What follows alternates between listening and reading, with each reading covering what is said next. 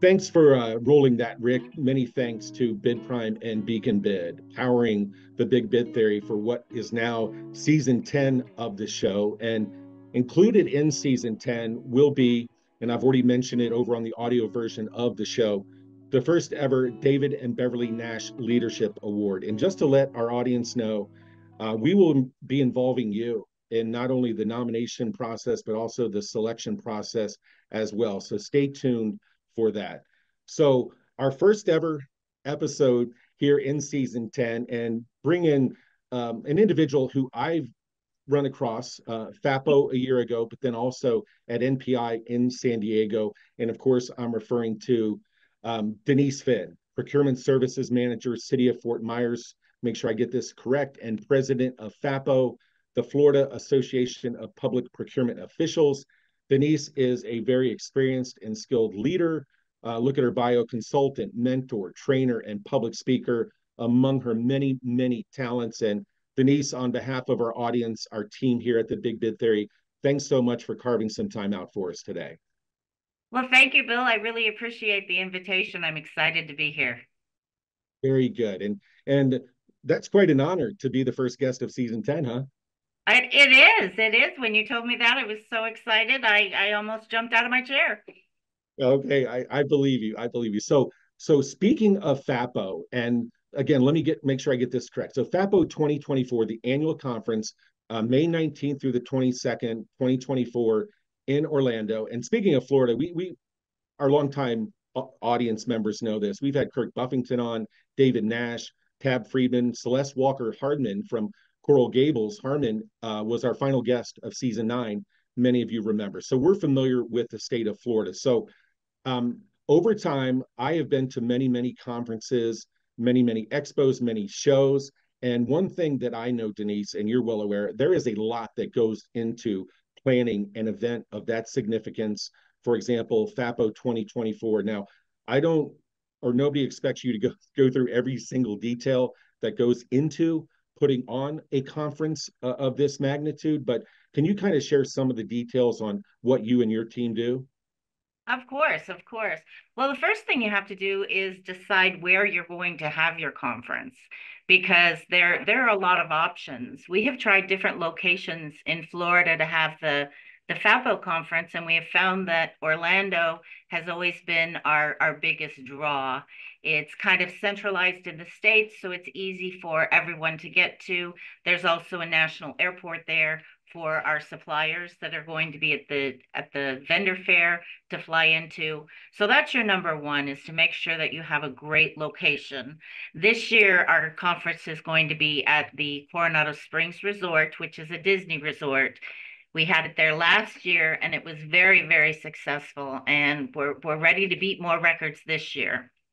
The next thing you need to do is you need to make sure you have the right educational program for the conference. You need to have a wide variety for those that are entering into public procurement, those that are entering procurement for the first time, and those that have been around for a while, like me. So you need to do that. You need to have a broad range. This year, we're going to have some courses on AI, which is an up and coming. We're going to talk about how the city of Fort Myers, where I work, how we made it through Hurricane Ian and some of the things that we learned from that. We've got sessions from the Florida Department of Management Services. We've got guest speakers coming in from all over the US and Canada again this year to teach us about just about anything and everything that you would want to know. We're going to talk about federal grants. We're going to talk about RFPs, about IT, just everything in procurement from one end to the other. We will also hit on those soft skills such as leadership and mentoring. So we've got a wide range of ideas. Now that is not the easiest thing to do, because what we do is we put out a request for speakers and people submit their ideas to us, and we have to review all those, and we can't always accept everyone, which is sad, because if we had the time, we could have a 6-month conference with the knowledge and experience we have with the people in procurement. Florida has got a really, really strong procurement presence and a lot of very, very intelligent people like the ones you mentioned earlier. And we have a lot of new upcoming people too. So in using those, and then the ones that we've brought in from out of state and down from Canada, we've got a real wide range. So once we receive all those applications, we have to go through them and see where people are going to fit into our schedule. And this year we're actually having 4 sessions on Sunday at the beginning of the conference. We started that last year where we brought in 2 sessions on Sunday, and then the conference runs through Wednesday afternoon, because we're trying to get those educational hours in there for our members, because that's really the reason that you come for a conference. Number one, you want to learn from other people. Number two, you want to be able to do that networking, which is so, so important. And then number three, those CEUs help you with your certification, which is as important as the education. We also put together a special event.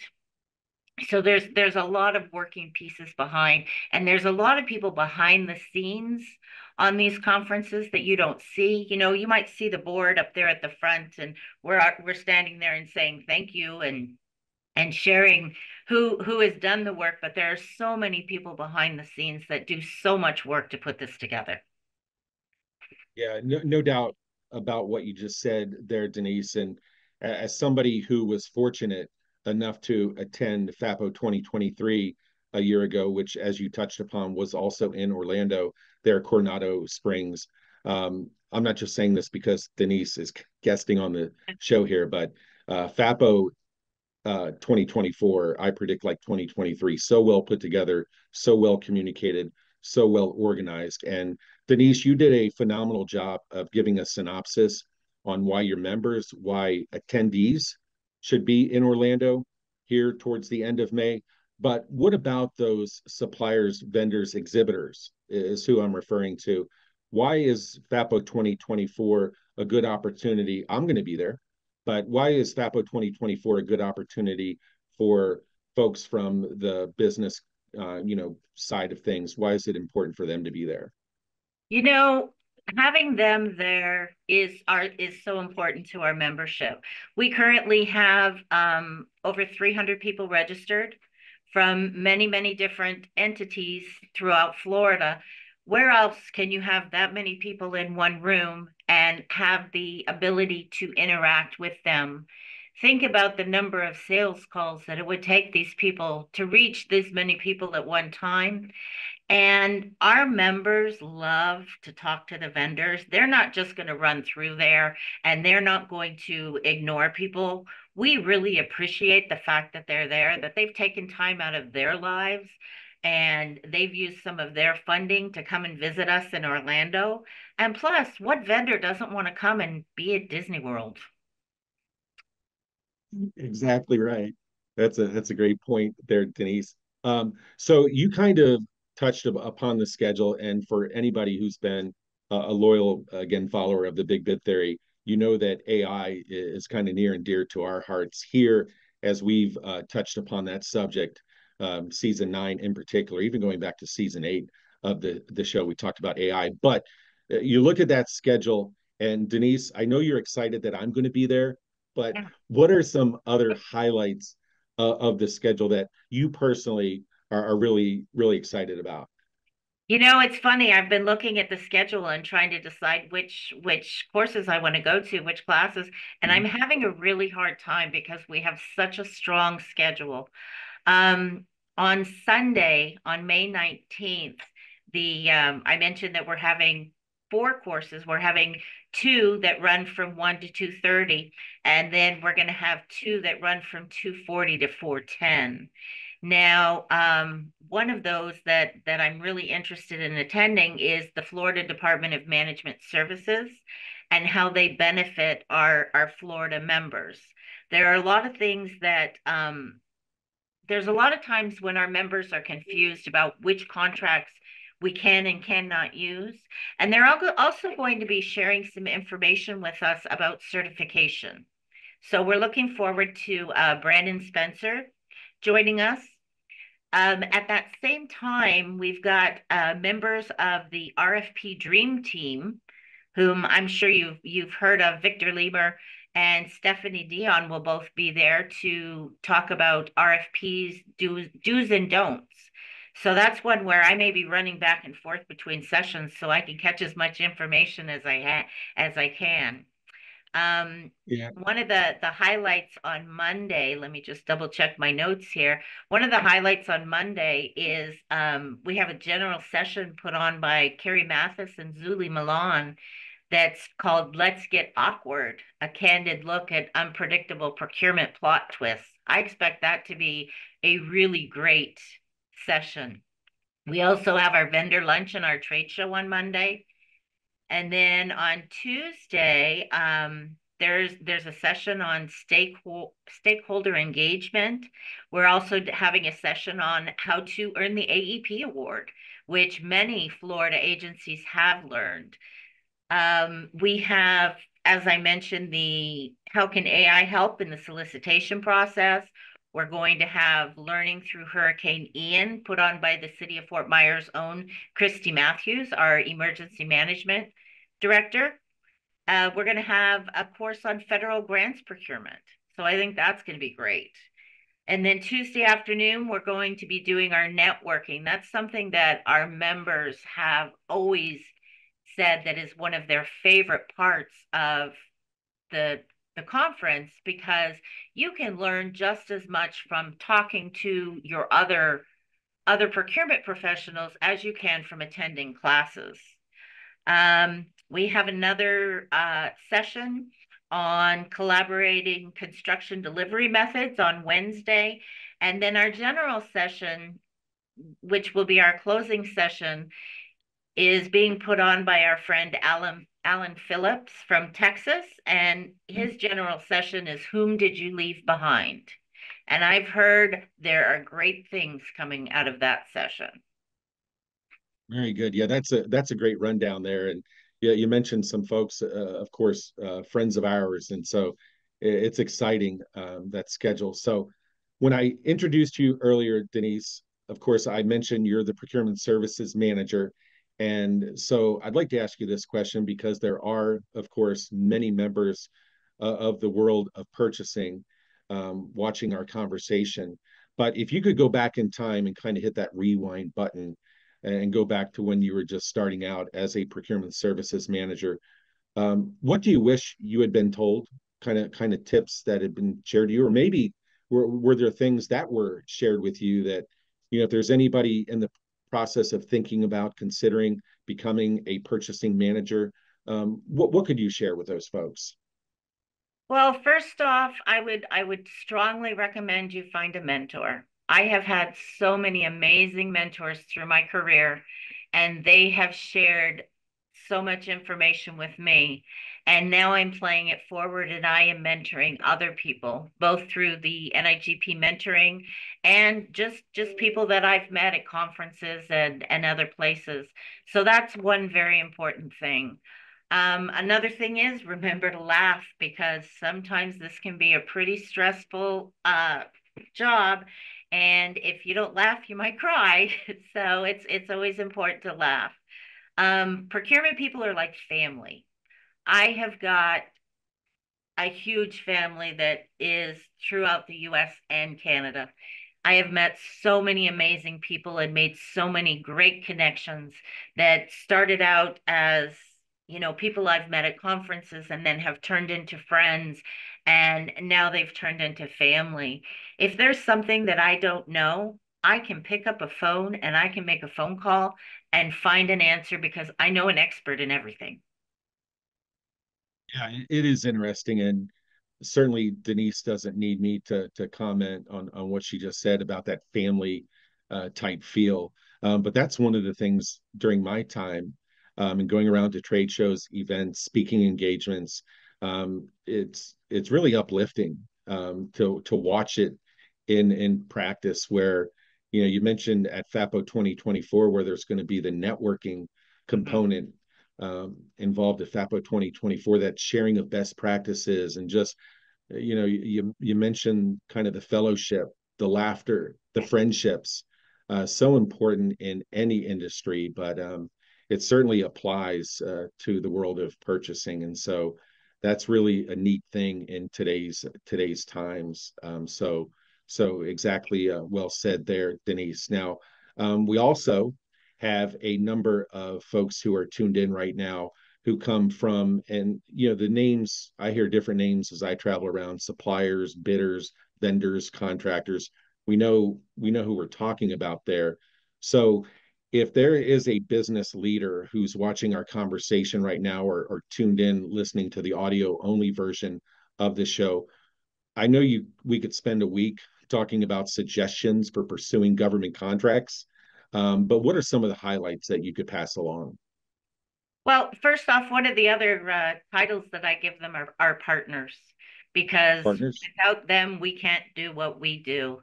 So I know years ago when I was first in procurement, it was almost like an adversarial relationships between suppliers and procurement professionals, but it's not like that anymore. We look to you as our experts. So share your information with us. Let us know what it is you can do, because we know procurement and we know how we have to do things, but you know your products and you know your services. And you need to reach out and let us know that. Coming to a conference like FAPPO is the perfect way to do that, because you can reach so many people at once. And there's always something new out there. There's always something that a supplier that I'll meet, or somebody that I'll talk to, and I'll go, "You do that? I had no idea you did that." So, I mean, there's just so much. So share what you want, share what you have, attend the conferences, reach out to procurement professionals, look at FAPPO, NIGP, the chapters. Our local chapter is going to be doing a reverse trade show next month. The city of Fort Myers is going to be doing an MBE outreach next month. So there are so many things that you can learn about if you look in the right places. And I think the big bid is one of the right places to look. Very good. I appreciate that, Denise. You can pay me for that later. Exactly. A little payola there, right? So as part of our season 10 celebration, and that's what I'm calling it, because I just to take everybody behind the curtain a little bit, before Denise and I started our conversation here in front of the camera, I told her, I said, if you had told me 10 years ago that we would have a 10th season of the Big Bid Theory, I would have given you a really weird look. But here we are.